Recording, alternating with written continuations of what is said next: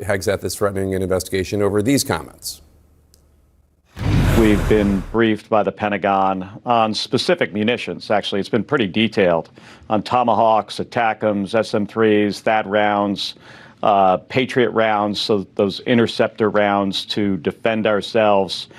And the numbers are, I think it's fair to say it's shocking, how deep we have gone into these magazines. The munitions are depleted.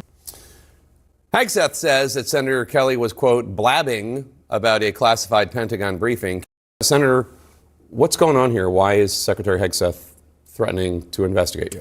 Well, I think it's comes down to it. He doesn't want to be held accountable. They've expended an enormous amount of munitions. And I think the only investigation we need, the one we need right now, is after 15,000 strikes. All we got out of this, we have 13 dead Americans. We got the Strait of Hormuz closed. Gas prices in Arizona are $4.80 a gallon, seem to be heading up.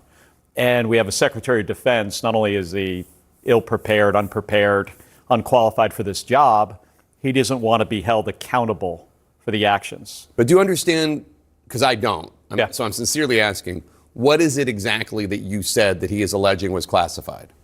Well, nothing I said was classified. We had this discussion in an open hearing. When you are going to hit 15,000 targets, you're going to use a lot of munitions. There's things coming off of airplanes. There's missiles that are being shot. You know, they're responding with ICBMs, which we have to take out with, air defense systems. It's not classified. I mean, 15,000 strikes consume an enormous amount. And by the way, he's asking for $25 to $50 billion to replenish these munitions, where he said it's going to take years. So again, what he's trying to avoid is accountability. This thing is not going the way they expected. They went into this without a strategic goal, without a plan, without a timeline. Now they have no exit strategy, and they're flailing. And when somebody like me starts asking them questions, whether it's I make a point on a show like yours or in an open hearing, they don't want to give specific answers because they probably, at this point, they realize that they've made a number of mistakes. He, in his post where he said he would open this legal review, into your remarks, he addressed you as captain, in quotation marks. I guess this is a reference to his effort to reduce your military rank, which would lower your pay. He has this case against you. You sued him for violating your First Amendment rights. Where does that case stand? Well, last week I was at the D.C. Circuit Court, which is the appellate court, because they appealed. I had a preliminary injunction to stop that process. We'll see how that turns out. The bottom line, though, on this, Jake, is this is not about me. This is about 2 million retired service members.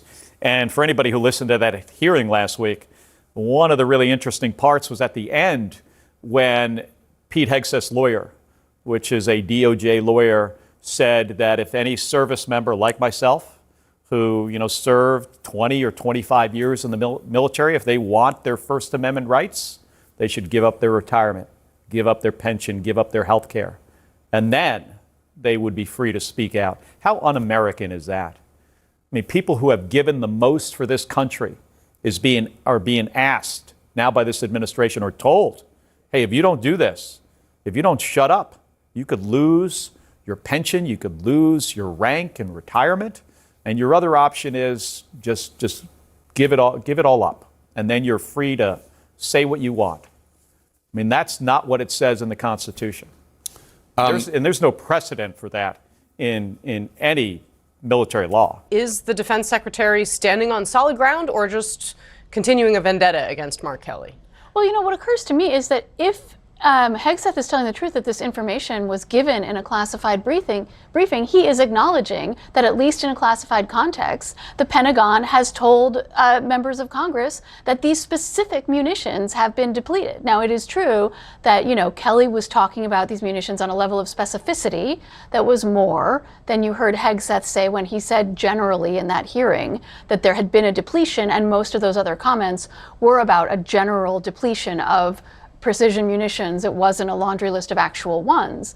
But again, if that level of specificity came out of that classified briefing, what Hegseth is saying is, yeah, we did tell you that all of those munitions are depleted, but you were supposed to keep it a secret. So that's one sort of difficulty for the case the administration has been making. In terms of the legality, of whether this was classified or not, and whether he was revealing, specific information that came from that briefing versus somewhere else. Like, I'm not a lawyer or an expert on the code of military conduct, although I would say that in that context, as you mentioned, the effort to bring Senator Kelly up on charges has not been going well up to this point. Yeah, well, go ahead. I was going to say, Pete Hegseth has been the best political fundraiser in Mark Kelly's entire career. Mark Kelly, as of the end of the last quarter, had $22 million cash on hand. He's not up for re-election until 2028. And of all the people thinking about running for president in 2028, he has the most cash on hand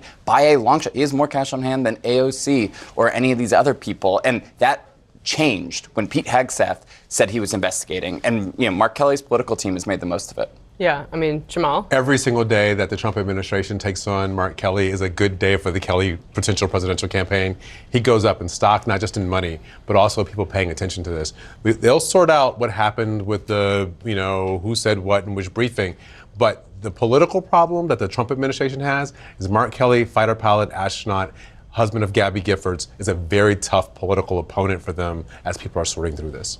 Well, I'm glad we have an admission of what's going on here. Mark Kelly's partisan interests are what's most important. This man is a United States senator. He's getting classified briefings from the Pentagon, and then he goes on television and tells our enemies around the world in great specificity which weapon systems are depleted, which need to be restocked. Setting aside the legal issues, which I'm with Molly, I'm not a lawyer either, and I don't know what the future of that holds. Did he ever stop to ask himself, what is in the best interests of the United States of America and not just my own political future? Because it's obvious that he did not. A sitting senator going on television and telegraphing to our enemies and our threats around the world what we may or may not have, it's extraordinarily irresponsible. But let's not let that get in the way of a presidential campaign. Well, I mean, Scott, but to Molly's point, could you not say, I mean, if Hegseth was legitimately most interested in national security, he easily could have lost this investigation and not said anything about it, right?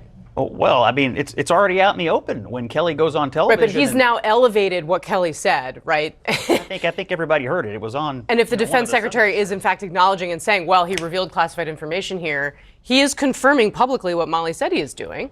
So the options here would be to ignore it or to lie about it? No, the option would be to investigate and not tell the press. Look, Mark, right? I mean, look, Mark Kelly went on television and said, I got a classified briefing and here's what I was told. I'm just saying it sounds like they're both doing the same thing, right? Everyone's playing politics here. I mean, if you're going to buy into your argument that, hey, this is a senator, right, who's running for president and that's what we're acknowledging he's doing, like, is Hegseth not doing the same thing?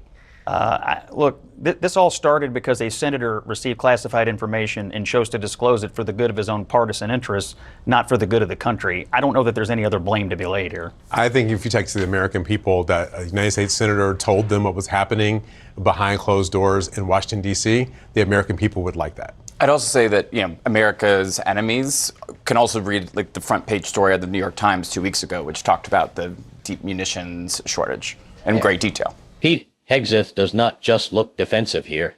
He looks exposed, cornered, and desperate to change the subject. Instead of answering the real question, why, after 15,000 strikes, America is left with depleted munitions, dead service members, a closed Strait of Hormuz, rising gas prices, and no clear exit strategy. Hegseth reaches for the oldest trick in the book, threaten the person asking the question. That is not leadership. That is panic dressed up as authority. Mark Kelly forced the issue into the open.